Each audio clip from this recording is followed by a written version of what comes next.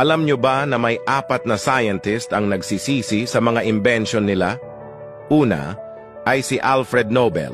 Siya lang naman ang nag-imbento ng dinamita para gamitin sa mga demolition at paggawa ng mga kalsada. Pero sa kasamaang palad, ginamit lang naman ang invention niya sa mga gera at kasamaan. Ikalawa ay si J. Robert Oppenheimer.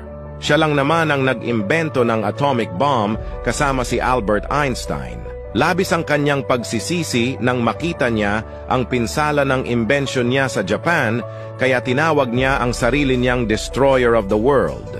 Pangatlo ay si Tim Berners-Lee.